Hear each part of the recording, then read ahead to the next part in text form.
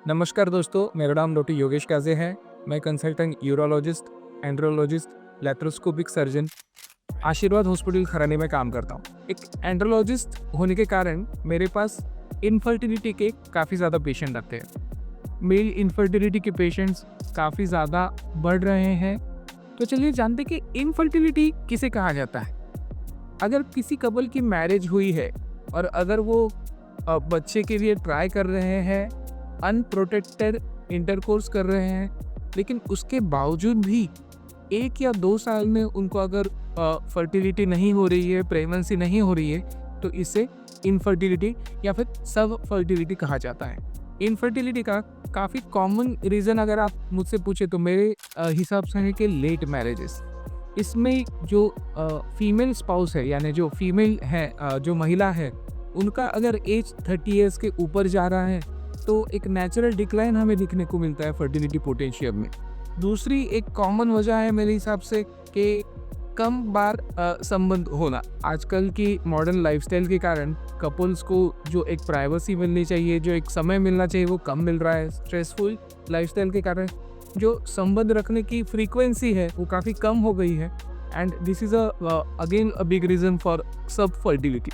हमारा जो डाइट है वो पोषक तत्वों से भरा हुआ नहीं है, हम एक्सरसाइज नहीं कर रहे हैं, किसी किसी को सिगरेट, शराब की काफ़ी ज़्यादा आदत होती है, तो ये सारी चीज़ें आपको फर्टिलिटी के लिए अफेक्ट करती है। अगर आप आपकी जो वर्क प्लेस है वहाँ पे टाइट कपड़े पहन के घंटों तक बैठे रहो तो आपकी फर्टिलिटी को आप नुकसान पहुँचा रहे हो। तो ये तकलीफ लेके जब मेरे पास कपल आते हैं और मैं मेरे पार्टनर को एग्जामिनेशन करता हूँ, कभी कभी मुझे उनमें वेरिकोसिल की तकलीफ दिखाई देती है। तो चलिए डिस्कस करते हैं कि वेरिकोसिल भी क्या होता है। वेरिकोसिल होता है जब अंडाशय की जो नस होती है, अंडाशय को एक शुद्ध नस सप्लाई करती है और अंडाशय से एक अशुद्ध जो रक्तवाहिनी है वो निकलती है। अगर ये जो अशुद्ध रक्तवाहिनी है तो ये अगर डायलेट हो जाए, बढ़ जाए, तो इसे वेरिकोसिल कहा जाता है। अभी इस वेरिकोसिल के कारण जो हमने ग्लोबल वार्मिंग सुना होगा, तो यहाँ पे लोकल वार्मिंग होता है। यहाँ पे जो टेस्टिस होता है उसकी जो टेम्परेचर होती है वो बढ़ जाती है और जिसके कारण शुक्राणु के प्रोडक्शन में कमी महसूस होती है। अगर किसी मरीज को दोनों साइड पे वेरिकोसिल है, अगर वो हाई ग्रेड के है, तो उसे इनफर्टिलिटी की समस्या सता सकती है। जनरली वेरिकोसिल हम क्लिनिकल एग्जामिनेशन यानी चेकअप पे बहुत अच्छे से ढूंढ लेते हैं, लेकिन डायग्नोसिस को सपोर्ट करने के लिए हम बहुत बार उन्हें सोनोग्राफी बताते हैं।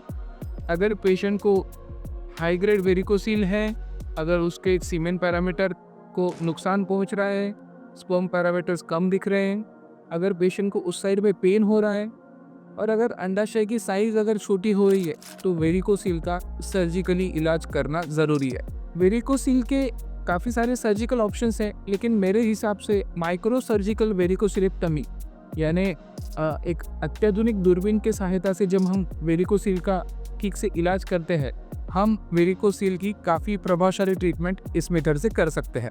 तो दोस्तों, इस वीडियो में हमने सुना कि इनफर्टिलिटी क्या होता है, इनफर्टिलिटी के मेजर रीजंस क्या होते हैं, इनफर्टिलिटी की काफ़ी सारी समस्या हम एक हेल्दी एक्टिव लाइफस्टाइल से कम रख सकते हैं। लेकिन अगर कोई मरीज़ वेरिकोसिल से परेशान है तो उसे अपने नज़दीकी यूरोलॉजिस्ट को दिखाना चाहिए, वो आपको अच्छे से गाइड कर सकते हैं। आशीर्वाद हॉस्पिटल में हम माइक्रो सर्जिकल वेरिकोसिलेक्टमी से काफ़ी ज़्यादा मरीजों के इलाज कर चुके हैं। तो दोस्तों, अगर आपको ये वीडियो पसंद आया है तो ज़्यादा से ज़्यादा लोगों के साथ इसे शेयर कीजिए, हमारे चैनल को सब्सक्राइब कीजिए। अगर आपकी वेरिकोसिल के बारे में या फिर इनफर्टिलिटी के बारे में कोई शंका है तो नीचे दिखे हुए कमेंट बॉक्स में ज़रूर लिखिए, हमारी टीम आपको ज़रूर इसका उत्तर देगी। धन्यवाद।